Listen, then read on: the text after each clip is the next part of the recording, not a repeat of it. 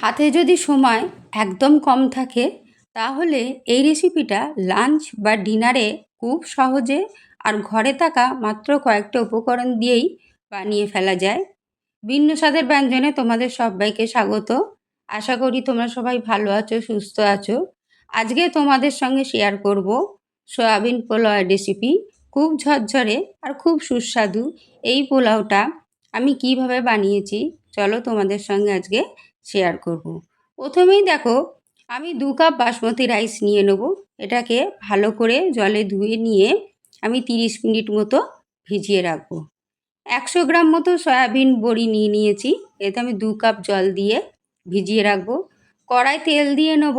আর দেখো 3টে পেঁয়াজ নিয়ে নিয়েছি। পেঁয়াজগুলো এভাবে কেটে নিয়ে অর্ধেকটা পেঁয়াজ আমি বেরেস্তা করে তুলে রাখবো। এই সয়াবিন পোলাওটা খুব সহজেই আর খুব তাড়াতাড়ি বানানো যায়। আর যারা মাংস বা ডিম পছন্দ করে না তাদের জন্য একদম পারফেক্ট রেসিপি। আলু কয়েকটা আমি এইভাবে কেটে নেব, নিয়ে চাপা দিয়ে ভালো করে লাল লাল করে ভেজে নেব।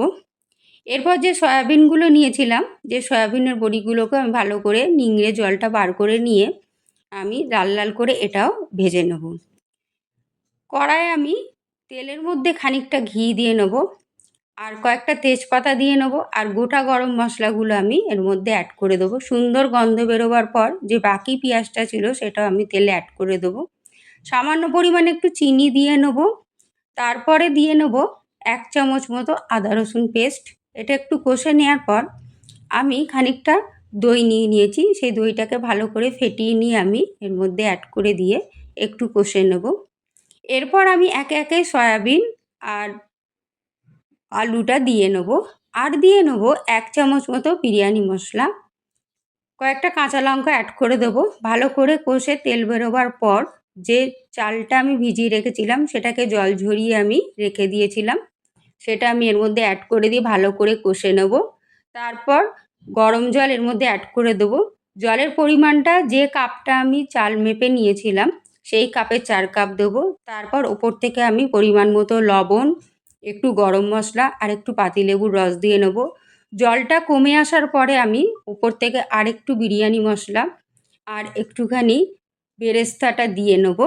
দেওয়ার পরে আমি চাপা দিয়ে মিনিট 15-20 পর আমি ঢাকাটা খুলে দেখো কি সুন্দর হয়েছে। চালটাও একদম পারফেক্ট সেদ্ধ হয়ে গেছে।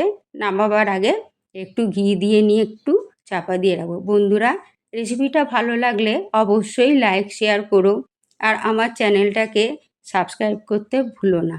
ধন্যবাদ।